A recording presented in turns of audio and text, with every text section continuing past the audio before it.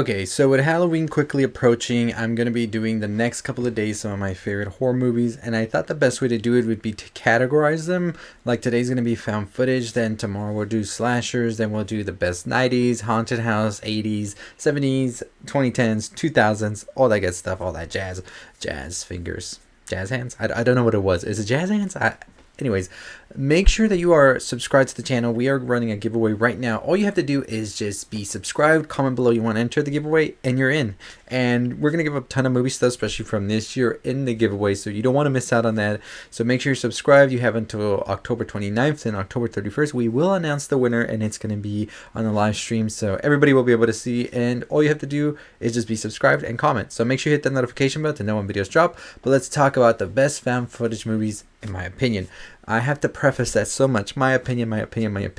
Let me know yours below, though, because I am always interested in knowing what y'all think. So first and foremost, I'm going to put number 5. Yes, we're already getting started with the list.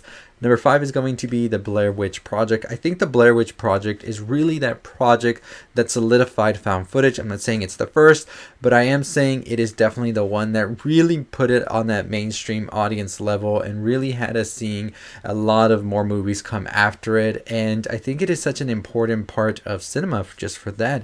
I think that the way it was done also is very interesting as well, with the people and everybody being sort of mysterious during this whole time.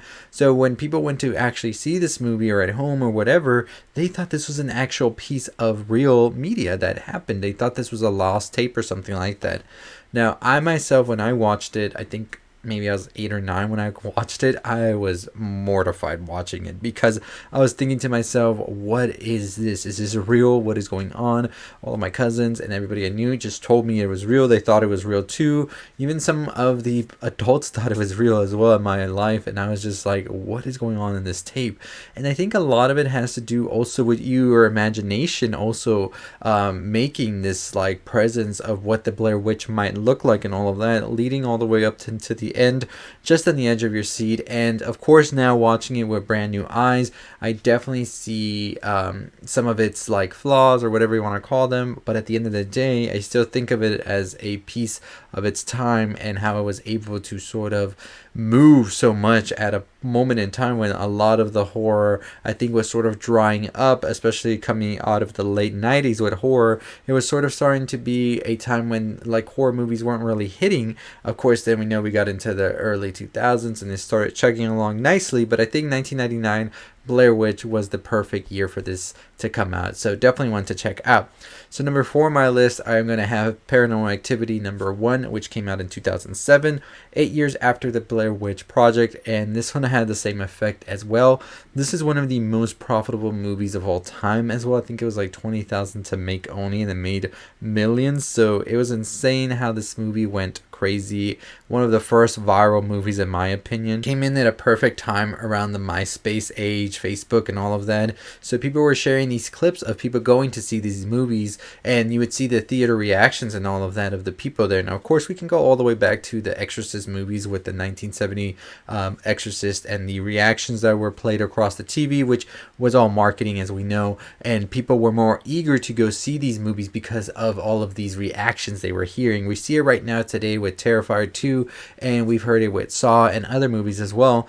And Paranormal Activity really took a grip on that and really pushed this as, is this real? Is this not? And I think the use of not really seeing as we did in the Blair Witch really makes it that much more believable, where as opposed to if you saw a monster or something pop up, you're just like, yeah, that's not real. But in the Blair Witch and Paranormal Activity, the fact that you can't see these forces, they're invisible, but yet somehow being caught on the found footage, it made it that much more tense and believable. So that's why I have it as number 4 on my list of my favorite found footage horror movies. Now, we also 3 on my list is going to be one that came sort of towards the end of the found footage, like reawakening of sorts, that happened in 2007, 2008, 2009, 2010. We saw a string of a bunch of not just Paranormal Activity sequels, but also Paranormal Activity ripoffs, some found footage movies as well that were trying to sort of capture that magic, this slow budget, and get to the millions like Paranormal Activity did. Some movies did get away with it, even though they were not the movies to watch, and I'm not going to mention them, but they were not the movies to watch. and some movies actually did a pretty decent job as well.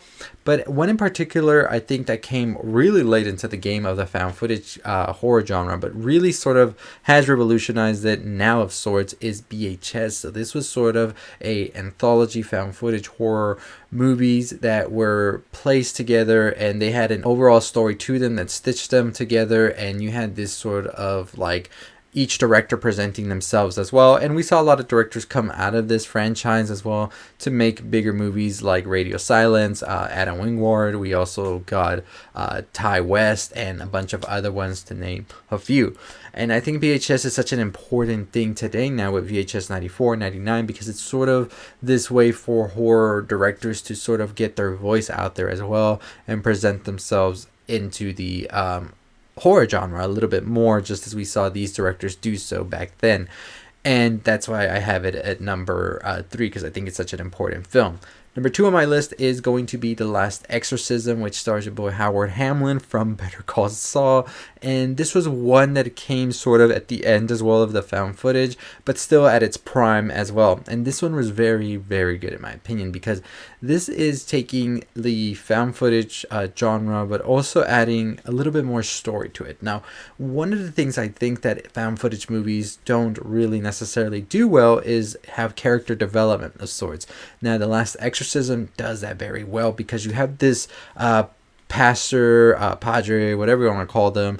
You have this girl as well, and there's an exorcism that needs to be done. But I feel like you really get to the core of both of them and what they're looking for in life as well. And it, not just the scares, not just the found footage creepiness and all of that, but you also get some life in this movie. And I think that's something that found footage movies didn't necessarily do that well when they were coming out back then, and sort of made them more fall apart. Because at the end of the day, if I don't care about these main characters, what do I care what happens to them, or who's chasing them, or how the movie ends, you know? So I think that The Last Exorcism is one of those few found footage horror movies that has some heart to it and some pretty creepy scares as well.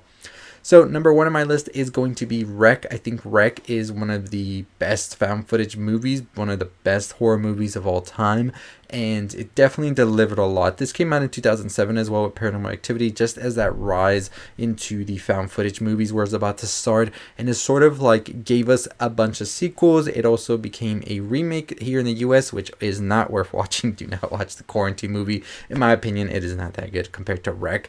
And if you just watch Wreck, you'll be okay. If you watch Quarantine, you're gonna be like, same movie. But Wreck is definitely the way to go. I think the thrills that it packs as well, and the humans that you see here throughout this building as well, each one feels individualized and really fleshed out in their own character. So when the time for scares and jumps and everything happens, you really start to get feeling for these people who are trying to escape this building. And this is one I highly recommend going in knowing absolutely nothing about it. Just know you're going to be scared and you're good.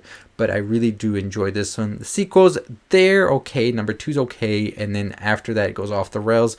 I don't think you should definitely check them out. I think just check out Wreck and you'll be good. But those are my top 5 horror movies, found footage horror movies.